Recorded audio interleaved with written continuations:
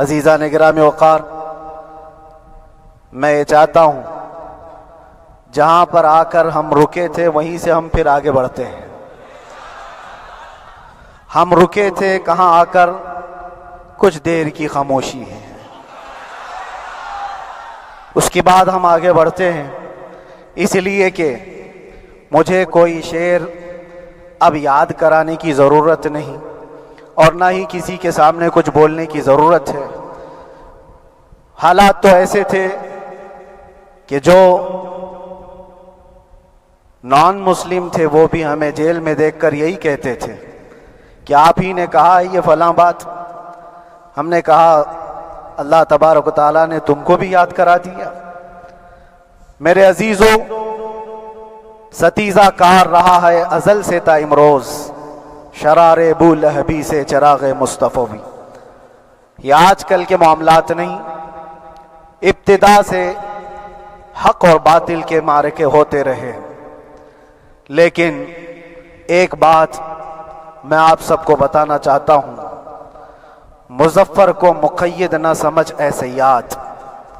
سیدنا مظفر حسین کچھوچھوی رحمت اللہ تعالی علیہ جیل گئے تھے، قید میں تھے، تب انہوں نے یہ شعر کہا تھا کہ مظفر کو مقید نہ سمجھ اے سیاد، میری یہ اسیری بھی سنت آبائی ہے، میرے آبا و اجداد کی سنت ہے جس پر میں عمل کر کے آ رہا ہوں، میرے بزرگوں کی یہ سنت تھی۔ بہرحال جن کو جس راستے سے مجھے گزارنا تھا، لوگوں کے دلوں میں یہ ٹھنڈک تھی شاید کہ زبان بند کر کے چند دنوں کے لیے قید کر دیا جائے، مگر میرا عقیدہ یہ تھا کہ اللہ تبارک و تعالی جب تک چاہے کہ کوئی اس کے لیے پابندی نہیں لگا سکتا۔ وَإِن يَمْسَسْكَ اللَّهُ بِضُرٍّ فَلَا كَاشِفَ لَهُ إِلَّا هُوَ۔ رب تعالیٰ فرماتا ہے اگر اللہ تعالیٰ تمہیں کوئی مصیبت دے تو اس کے علاوہ کوئی ٹال نہیں سکتا۔ وَإِن يَمْسَسْكَ اللَّهُ بِخَيْرٍ فَلَا رَادَّ لِفَضْلِهِ، اور اللہ کسی کو بھلائی دے دے تو پھر اس کو روک بھی کوئی نہیں سکتا۔ مولا تبارک و تعالیٰ اگر کسی کو کوئی مقام عطا کر دے تو ہزاروں کیڑوں کے پھڑپڑانے سے وہ مقام ختم بھی نہیں ہو سکتا۔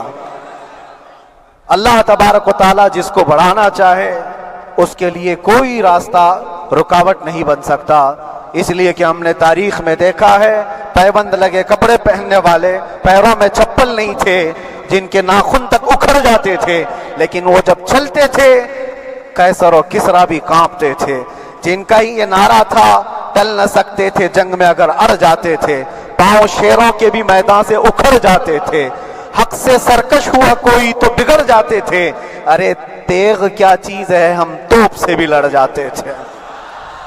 یہ وہ صحابہ کرام اور اسلاف کرام، ان کا یہ معمول تھا، بظاہر ان کے پاس کوئی اسباب نہیں تھے لیکن اللہ کی مدد تھی، وہ پانی کی طرح بہتے ہوئے چلے گئے، نہ چٹانوں نے ان کا راستہ روکا، نہ دریاؤں نے ان کا راستہ روکا، وہ جس طرف سے جاتے تھے اللہ تعالیٰ ان کے لیے راستے بناتا تھا۔ عزیزان گرامی وقار، کون ہے وہ جو دریائے دجلہ میں اپنے گھوڑے دوڑائے تھے؟ کون ہے وہ جو دریا میں اپنی کشتیاں ڈال کر جلا دیا تھا کہ واپس جانے کا کوئی تصور نہ ہو؟ یہ سب میرے مصطفیٰ کریم کے دیوانوں کی ہی بات تھی۔ اسی لیے آج بھی دنیا گھبراتی ہے تو شانے لوگوں سے نہیں، دیوانوں سے ہی گھبراتی ہے، بہت زیادہ چالاک رہنے والوں سے نہیں، دیوانوں سے دنیا گھبراتی ہے، اس لیے کہ دنیا کو پتا ہے، دنیا جانتی ہے کہ دیوانہ کہاں دیکھتا ہے کسی کو پتا نہیں۔ اور یہ اس دیوانے کی بات کر رہا ہوں جس کے لیے اللہ کے حبیب صلی اللہ تعالیٰ علیہ وسلم کی عزت و وقار سب سے اول ہے۔ عزیزان گرامی وقار، آج آپ کے سامنے حاضر آیا، یہ میرے استاد گرامی، مربی، استاذ الاساتذہ، برادر گرامی حضرت العلامہ مفتی زبیر احمد صاحب قبلہ ادام اللہ اقبالہ، جنہوں نے دن رات ایک کر دیے تھے، میرے خیال سے 8 مہینے میں جتنے ان کے بال سفید ہوئے اس سے زیادہ نہیں ہوئے ہوں گے، صرف اس لیے نہیں کہ ایک بھائی کے لیے، اس لیے بھی لڑ رہے تھے کہ ایک عالم کے لیے جس سے دین کا بہت سارا حصہ وابستہ ہے۔ ان کی محنتیں رائگاں نہ گئیں، بہت سارے میرے احباب و اقربا، خاص طور پر مدنپورہ اور وکرولی سے، جنہوں نے اپنے گھر بار چھوڑ کر میرے لیے دوڑتے بھاگتے رہے۔ اللہ رب العزت اس بات کا شاہد ہے، ایک ایک دن اندر میں نے سب کے لیے دعائیں کی ہیں، اور ایسا نہیں کہ کوئی دن بھولا جاتا، اور باہر کی ہمیشہ یہ خبریں آتی رہتی ہیں کہ حالات کیسے کے کیسے ہوتے جا رہے ہیں۔ کبھی اگر گھبراہٹ اور بے چینی ہوتی تو میرے عزیزوں صرف ایک ہی بات ہمارے پاس تھی علاج کے لیے، ایک ہی علاج تھا۔ جب بے چینی بڑھ جاتی، اپنوں سے رابطہ نہیں ہو پاتا اور کسی کے خبر نہ پہنچتی، کھانے پینے کی تکلیفیں، رہنے سہنے کی مصیبتیں جب سر پر آتی تو ایک ہی علاج تھا، ان کے نثار کوئی کیسے ہی رنج میں ہو، ان کے نثار کوئی کیسے ہی رنج میں ہو، جب یاد آ گئے ہیں سب غم بھلا دیے ہیں، جب یاد آ گئے ہیں سب غم بھلا دیے ہیں۔ اس رسول محترم صلی اللہ تعالی علیہ وسلم کا احسان عظیم ہے، بار بار مجھے یہ احساس ہوتا رہا، پوری دنیا اگر چھوڑ دے مگر یقین تھا آمنہ کا لال کبھی نہیں چھوڑے گا، اور چھوڑا بھی نہیں، اور چھوڑا بھی نہیں۔ ہر رات جو ہمارا معمول تھا ہم نے جو دیکھا، ہماری پچھلی زندگی میں ہم نے اتنے عجائبات نہیں دیکھے ہوں گے جو 8 مہینے کے اندر ہم نے دیکھے۔ نبی پاک صلی اللہ تعالی علیہ وسلم کے انعامات و اکرامات، رب تبارک و تعالیٰ کی مدد سے دل مضبوط ہوتا ہے۔ عزیزان گرامی، ہم نے تو وہاں ایسے لوگوں کو دیکھا جو ڈپریشن کا شکار ہو کر کافر بھی ہو گئے، اور حالات سے گھبرا کر کے وہ انکار کر بیٹھے، کوئی خدا نہیں ہے، کوئی مدد نہیں آتی ہے، ایسے حالات وہاں دیکھے۔ لیکن ان حالات میں بھی اللہ تبارک و تعالیٰ کی مدد ساتھ رہی۔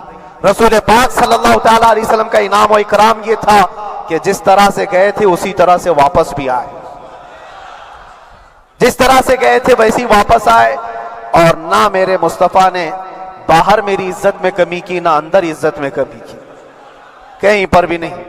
الحمدللہ، جس شان کے ساتھ رسول پاک صلی اللہ تعالیٰ علیہ وسلم اپنے چاہنے والوں کو رکھتے ہیں وہ میں نے دنیا میں دیکھا، اور پھر یہ عرض کیا آقا آج آپ کی عزت پر بات کرنے والے کو چاہے وہ 1000 کال کوٹری کے اندر ہو، آپ عزت کے ساتھ بٹھاتے ہیں تو پھر قیامت کے دن اس کی عزت کا کیا حال ہوگا۔ عرش حق ہے مسند رفعت رسول اللہ کی، دیکھنی ہے حشر میں عزت رسول اللہ کی۔ میرے عزیزو، ایک بات کو طے کر کے چلو، انہیں جانا انہیں مانا، نہ رکھا غیر سے کام، للہ الحمد میں دنیا سے مسلمان گیا۔ اس ایک بات میں جو عزت ہے، دنیا کے کسی مقام و منصب اور مرتبے میں عزت نہیں ہے۔ اور حالات دنیا انشاءاللہ میں سناتا رہوں گا۔ اللہ تبارک و تعالیٰ جب تک یہ زبان رکھا ہے حق بولتے رہیں گے اور سناتے رہیں گے، اور بھی حالات آپ کو انشاءاللہ العزیز آگے سناتے رہیں گے۔ لیکن آج خصوصیت کے ساتھ میں جمعہ کے لیے اسی لیے حاضر آیا کہ یہاں کے لوگ پل پل یاد کرتے رہے۔ حضرت مجھے ہر بار خبر دیتے کہ جب نماز سے فارغ ہو کر کے میں نکلوں تو مجھے لوگ پکڑ لیتے، کیا ہوا، اب کیا خبر ہے۔ تو جس قدر آپ کی بے چینی تھی، بے قراری تھی، میرے عزیزو مجھے بھی ملنے کی بے چینی اور بے قراری تھی، لیکن یہ ایک سٹیج تھا جس سے گزارا گیا ہے، ایک مقام تھا جس سے گزارا گیا۔ میں تو ایک نکما آدمی، میں تو ایک کم پڑا ہوا ہوں، لیکن آپ کو بزرگان دین کی اگر تاریخ پتہ ہو، امام اعظم ابو حنیفہ رضی اللہ تعالیٰ عنہ جن کو ناحق جیل میں رکھا گیا تھا، امام موسیٰ کاظم رضی اللہ تعالیٰ عنہ 7 سال تک قید میں رہے۔ یہ کون امام موسیٰ کاظم؟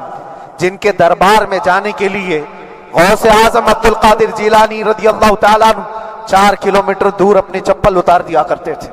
امام موسیٰ کاظم کا وہ دربار ہے جن کو باب الحوائج کہا جاتا ہے۔ اس امام کو 7 سال تک بغیر کسی قصور کے قید میں رکھا گیا، اور حد تو یہ ہے کہ اسی قید خانے میں زہر دے کر کے آپ کو مارا گیا ہے۔ آپ کا جنازہ جیل سے نکلا تھا۔ امام احمد بن حنبل جن کو 5 لاکھ حدیثیں یاد ہیں، نبی پاک صلی اللہ تعالیٰ علیہ وسلم کی، بغداد کے سرے بازار آپ کو ننگی پیٹھ پر کوڑے مارے گئے۔ آپ کو اندازہ ہے بزرگان دین کی ایک لمبی فہرست ہے۔ جب میں وہاں گیا تھا تو ایک بزرگ کی بڑی یاد آئی، وہ تھے حضرت مجدد الفسانی رضی اللہ تعالیٰ۔ اکبر جیسے ڈکٹیٹر کے سامنے، اس زمانے کے سب سے بڑے ڈکٹیٹر بادشاہ کے سامنے آپ نے حق بات کا اعلان کیا تھا۔ مجدد الفسانی رحمۃ اللہ تعالی علیہ نے فرمایا تھا کہ اسلام نام سے جو دین ہوگا وہ محمد عربی کا لایا ہوا ہی دین ہوگا، کسی اور بادشاہ کا بنایا ہوا نہیں ہوگا۔ اس بات پر آپ کو قید میں ڈالا گیا تھا، 8 سال تک قید میں رکھا گیا۔ 8 سال میں بادشاہ مر بھی گیا، بیٹا بادشاہ بنا، لیکن کسی نے آ کر جہانگیر کے سامنے یہ بات رکھی کہ آپ کے باپ نے جس مولانا کو قید میں ڈالا تھا گوالیار کی جیل میں، 8 سال میں جیل کا نقشہ بدلا ہوا ہے۔ تو بادشاہ نے پوچھا ہوا کیا ہے؟ کہا کہ اس مولانا نے 8 سال میں تقریباً 700 قیدیوں کو عالم بنا دیا ہے۔ درس حدیث، درس تفسیر، قرآن کا علم، نمازیں جماعتوں سے وہاں اس طرح ادا ہوتی ہیں جیسے لگتا ہے گنبد خضرا کی چھاؤں میں ہے۔ رب تبارک و تعالیٰ کا یہ احسان عظیم تھا۔ ان 8 مہینوں میں بحمدہ تعالیٰ میں نے اپنی لائف میں کبھی اتنی امامت نہیں کی تھی جتنی وہاں امامت کیا، اس لیے کہ پابندی نہیں ہو پاتی۔ جب جب امام رہا مسجد میں چھٹیاں ہوا کرتی تھی، ادھر ادھر آنا جانا، لیکن وہاں پر کبھی کسی نماز میں چھٹی نہیں ہوئی۔ اور امامت اللہ تبارک و تعالیٰ کو جہاں لینا ہے وہاں لیتا رہے۔ اور مجھے اس بات کا تھوڑا قلق تھا، 24 سال سے میں تراویح سنا رہا تھا، 24 سال، 24 تراویح ہو چکی تھی، رمضان المبارک کا 24 گزر چکے تھے، 25واں سال تھا، ظالموں نے مجھے رمضان سے پہلے اندر کر دیا۔ بار بار یہ خواہش ہوتی تھی کہ میری تراویح چھوٹنے نہ پائے، 25ویں تراویح ہے، 25ویں محراب ہے، لیکن رب تبارک و تعالیٰ کا احسان، اندر موجود سارے مسلمانوں نے یہ مطالبہ کیا کہ ہم یہاں جماعت سے تراویح قائم کریں گے۔ اور اب تک لوگ الم تری کیف والی تراویح کبھی کبھار پڑھ لیا کرتے ہیں، لیکن سارے لوگوں نے مل کر کے یہ اتفاقاً کہا کہ ہم پورا قرآن آپ سے سننا چاہتے ہیں۔ کیسے کیسے قیدی تھے، کیسے کیسے کرائم والے تھے۔ میں نے کہا آج میں ایک دن پڑھاتا ہوں، ایک پارہ پڑھوں گا، آپ کو اگر لگے تو بتا دینا، بھاری پڑ جائے، کیونکہ لوگ سارے کرمنل ہیں اور کئی طرح کے جرائم کیے ہوئے لوگ ہیں۔ نماز دین سے کہاں زیادہ رشتہ، کہاں ہو سکتا ہے یہ گھبرا کر بھاگ جائیں۔ ایک دن پڑھاؤں گا، اگر آپ کو لگے تو بول دینا، نہیں تو کل سے الحمد للہ۔ پہلے دن تراویح پڑھائے، دوسرے دن سارے لوگوں نے کہا آپ نے ایک پارہ پڑھایا ہے، سحری تک بھی پڑھائیں گے تو انشاءاللہ کھڑے رہیں گے۔ یہ جو استقامت، یہ ساری چیزیں دلوں کا جمع ہونا اور ہماری طرف دلوں کو پھیر دینا بغیر اللہ کی مدد کے نہیں ہوتا، رسول پاک صلی اللہ تعالیٰ علیہ وسلم کے کرم و احسان کے بغیر نہیں ہوتا۔ وہ تراویح بھی پڑھتے رہے، تفسیر قرآن بھی سنتے رہے اور قرآن کی تعلیم بھی لیتے رہے۔ پھر مجھے اندازہ یہ ہوا کہ رب تبارک و تعالیٰ کی منشا یہ تھی کہ ہماری تراویح کی محراب کی سلور جبلی جیل کے اندر ہو جائے۔ مجھے اس بات کا کوئی قلق نہیں رہا کہ میری کوئی چیز چھوٹ گئی ہے۔ ہاں، عید، بقرعید، محرم، یہ تمام چیزیں لوگوں کی یاد تو رہتی، رشتہ دار، احبا، اقربا کی یاد، لیکن اللہ کی مرضی، میرا رب تبارک و تعالیٰ جو پسند کرے اس میں ہم راضی ہیں۔ اگر مولا یہ چاہتا ہے کہ میں تنہا پڑھوں تو اس کی رضا میں ہم راضی ہیں، اگر وہ چاہتا ہے کہ مجمع ہزاروں میں ہم نماز ادا کریں تو اس کی مرضی پر ہم قائم ہیں۔ عزیزان گرامی وقار، صبر و سکون کے ساتھ جو حالات گزرے اس میں سب سے بڑا کردار آپ سب کی دعاؤں کا ہے، سب کی دعاؤں کا۔ مشائخ، سارے پیران اعظام، تمام سلاسل کے اور ہر مسجد کے امام اپنے محراب اور منبر سے جو دعا کرتے رہے، یہ سارا ذخیرہ میرے لیے اتنا بڑا ہے جس کو میں بیان نہیں کر سکتا۔ ہر ایک کی جانب سے دعائیں، عورتوں، بچوں کی طرف سے منتیں، روزے، نہ جانے کیا کیا کر لیا۔ پھر مجھے اندازہ ہوا کہ صرف اپنے آرام، اپنے راحت کے لیے پھڑپھڑانے سے کچھ نہیں ہوگا۔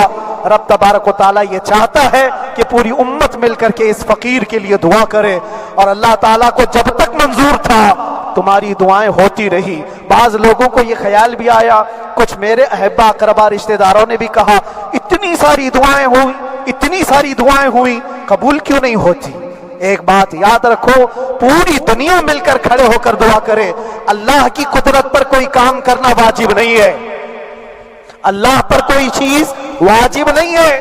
اگر وہ اپنے فضل سے عطا کر دے تو اس کا احسان ہے، اس کا احسان ہے۔